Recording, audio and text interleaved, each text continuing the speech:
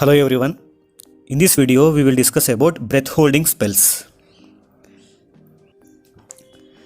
This disorder is a psychosomatic disorder commonly seen in children between 6 months to 6 years of age, and the most common age group is 1 to 3 years of age.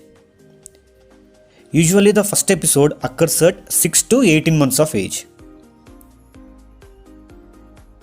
It is very important to remember that this disorder is not self-induced by the child. Many parents will think that child is doing it voluntarily and purposefully. It is not true. Child is not doing it voluntarily or child is not doing with a purpose. It is not self-induced by the child.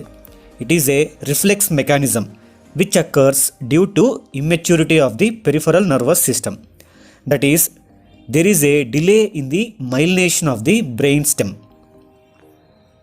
And some factors like selenium deficiency and iron deficiency anemia are the add-on factors. And there is a positive family history in 35% of the cases.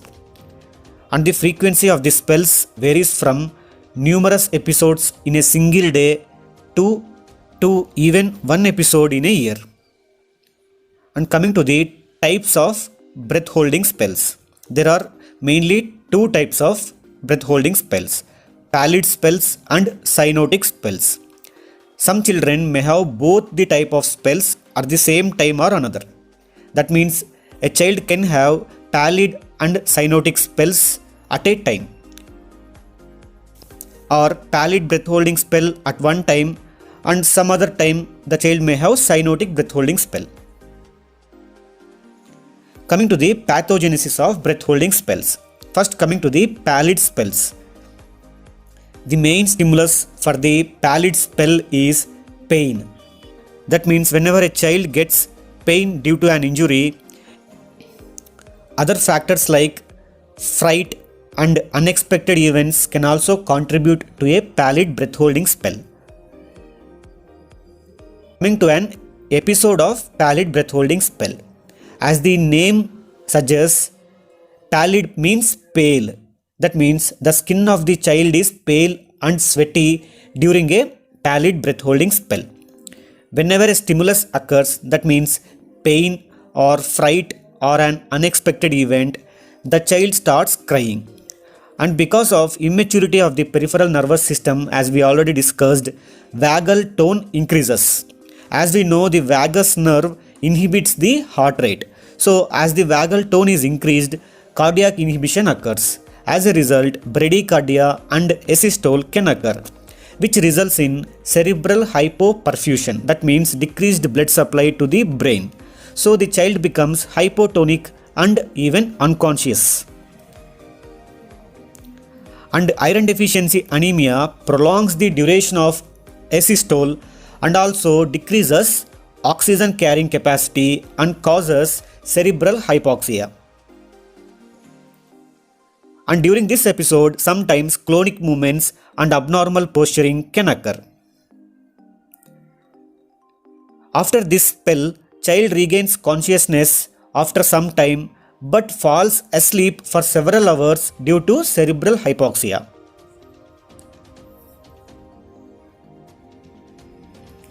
Coming to the episode of a cyanotic spell. As the name suggests, cyanosis means blue. Skin is usually blue in a child with cyanotic spell. It is the most common type of the breath holding spell. Here the main trigger point is the anger. That means whenever a child gets angry, child cries vigorously and suddenly a pause of breathing or a grasping of breath occurs during expiration, which we can call as apnea, which results in cyanosis and loss of consciousness. In this episode also, abnormal posturing, repeated jerky movements of limbs, twitchings, and sometimes seizures can also occur. Child regains consciousness immediately in this episode, after this episode, and resumes the normal activity.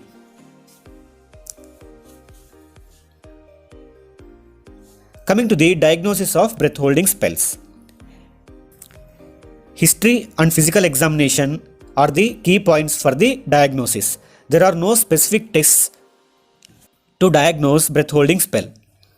History of the entire event and precipitating factors should be taken. And history is to be taken to rule out a seizure activity, that is, history of uprolling of eyeballs, bladder and bowel incontinence, and mouth deviation, etc. Growth and development of the child should be assessed, and cardiovascular system should be completely examined. Coming to the treatment of a breath holding spell. During the episode of a spell, place the child in lateral decumbent position to avoid aspiration, because aspiration is common in supine or prone positions. It is better to place the child in lateral decumbent position. And atropine can be given in pallid breath holding spells. Pyracetam at the rate of 40 mg per kg per day can be given in severe breath holding spells. Reassure the parents of the children that the breath holding spells are benign in nature.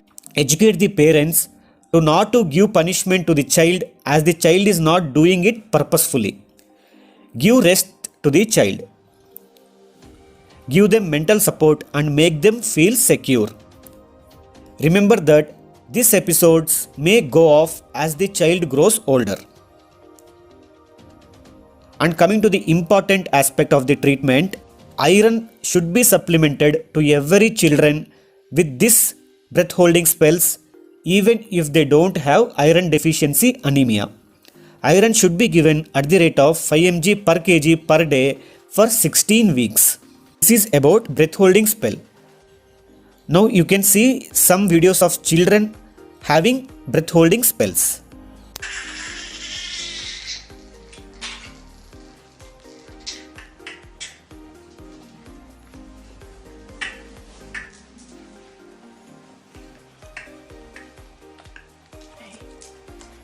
What do you know?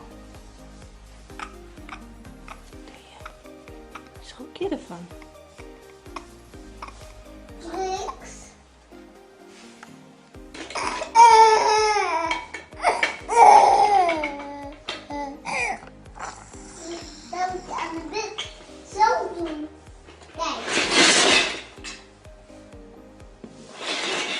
Zit je even.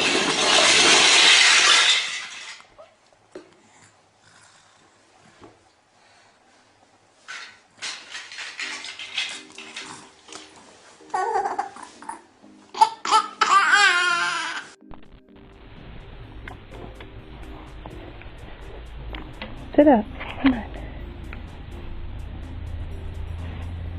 I know, it's okay. I know. Take it out.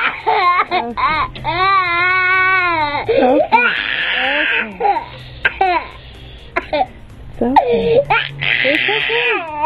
It's okay. It's okay.